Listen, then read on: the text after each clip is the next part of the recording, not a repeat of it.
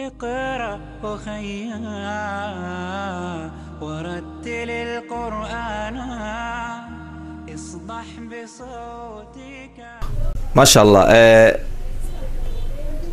ardaydan waxaan filayaa naguma cusub wajigeeda naguma cusub ma sha Allah. waa miski aad u taqaanaan dad badan ay aad ugu khushuucisay. ilaahay subhanahu wa ta'ala ha barakeeyo, Allah xifdiyo. waxaan filayaa in badan inaad ka bogateen ayadoo akhrinaysa suuratu Ankabut iyo suuratu Dukhan ayayna soo martay. marka insha Allah kulli waa wareysan doonaa haddii ilaahay subhanahu wa ta'ala ka raali noqdo. maaragtay miski quraanka aad bay u khushuucdaa, dadkana aad bay u khushuucaan markay codkeeda ay maqlaan. waalidiinteedii ayada dhamaantood waxaan leenahay ilaahay subhanahu wa ta'ala ha karaameeyo. makaankoodina ama makaanka ay ku hooyanayaan jannatul firdaws Allah ka dhigayaan leenahay. aad bay u maasan yihiin ayadii iyo waalidiinteedii iyo macallimiintooda dhamaantooda Allah karaameeyo, Allah sharfayaan leenahay. miski magacaaga saddexan ii sheeg. miski mahad aadam. miski mahad aadam ala yiraahdaa ma sha Allah. marka miski suuradeen oo akhrinaysa maanta Imran suuratu al-Imran ay noo akhrin doontaa miski insha Allah. aan dhageysan. أعوذ بالله من الشيطان الرجيم. يوم تجد كل نفس ما عملت من خير محضرا وما عملت من سوء تود لو أن بينها وبينه أمدا بعيدا ويحذركم الله نفسه والله رؤوف بالعباد. قل إن كنتم تحبون الله فاتبعوني يحببكم الله ويغفر لكم ذنوبكم والله غفور رحيم. قل أطيعوا الله والرسول فإن تولوا فإن الله لا يحب الكافرين. إن الله اصطفى آدم ونوحا وآل إبراهيم وآل عمران على العالمين ذرية بعدها من بعد والله سميع عليم. إذ قالت امرأة عمران رب إني نذرت لك ما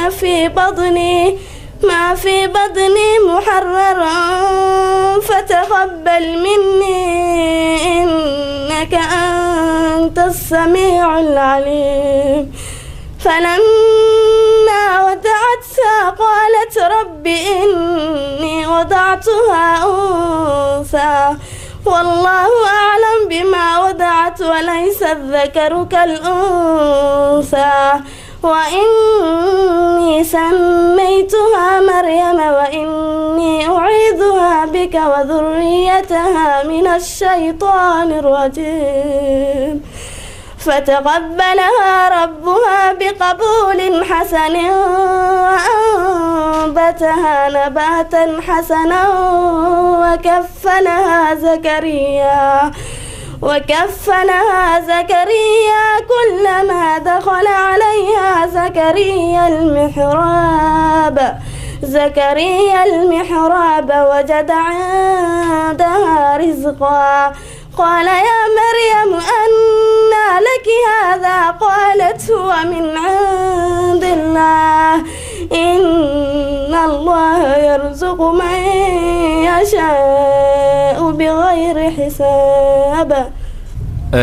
ما شاء الله. aad bay u maasantahay miski mahad. daawadayaal waxa weeyaan miski markay quraanka akhrinaysa aad bay u khushuucdaa. waxaan filayaa idinkana inaad aad ugu bogateen. ilaahay subhanahu wa ta'ala ha naga dhigo. maxaa yeelay rabbi subhanahu wa ta'ala waa quraanka tan uu ku leeyahay weeyaan markii quraanka la akhrinaayay afala yatadabbaruna alqur'ana am ala qulubin aqfaluha. ilaahay kuwaas oo kale nagama dhigo. markii quraanka la akhrinaayay soo kuma tadabburayaan miyaa uu ilaahay subhanahu wa ta'ala mase qulubtooda quful la saaray maxaa ku dhacay dadka quraanka لو أنزلنا هذا القرآن على جبل لرأيته خاشعا متصدعا من خشية الله وتلك الأمثال نضربها للناس لعلهم يتفكرون.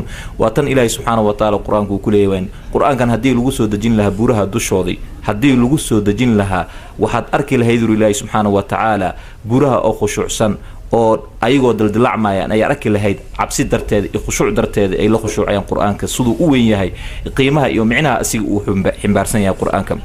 marka quraanka wax fudud maaha, wax oo ciyaar ma aha. ilaahay subhanahu wa ta'ala in badan quraanka kaga hadlay. quraanka marka rabbi subhanahu wa ta'ala ayaa karaamayay kuwii ku khushuucay oo ku tadabburay.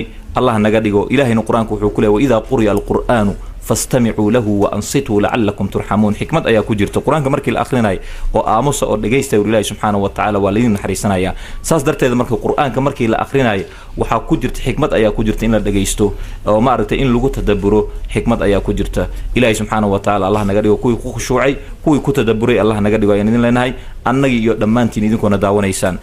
marka insha Allah waxaan jeclahay su'aal yar inaan weydiiyo ولا شيء مسكي مهد الله كرال نقضي مسكي قرآنك كورن معنيه ما فهمت مس ماركتي قرآنك معانكي سآيات ماركتي خشوع ذا مس قرآنك معنيه فهمته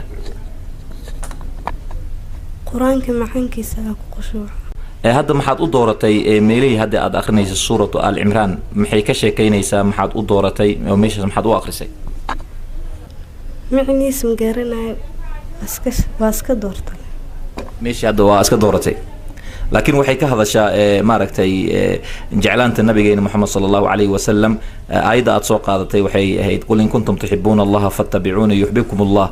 هذا ماركتي إلهي أجعشهن أنجي الراعة قل إن كنتم تحبون الله فاتبعوني إلهي رسولك صلوات الله وسلامه عليه دتك كله على ليه. هذا إلهي أجعشهن أنجي الراعة يليه مركا meeshaas markaa soo qaadanaysay waxoogo macnaheedu ma dareemaysay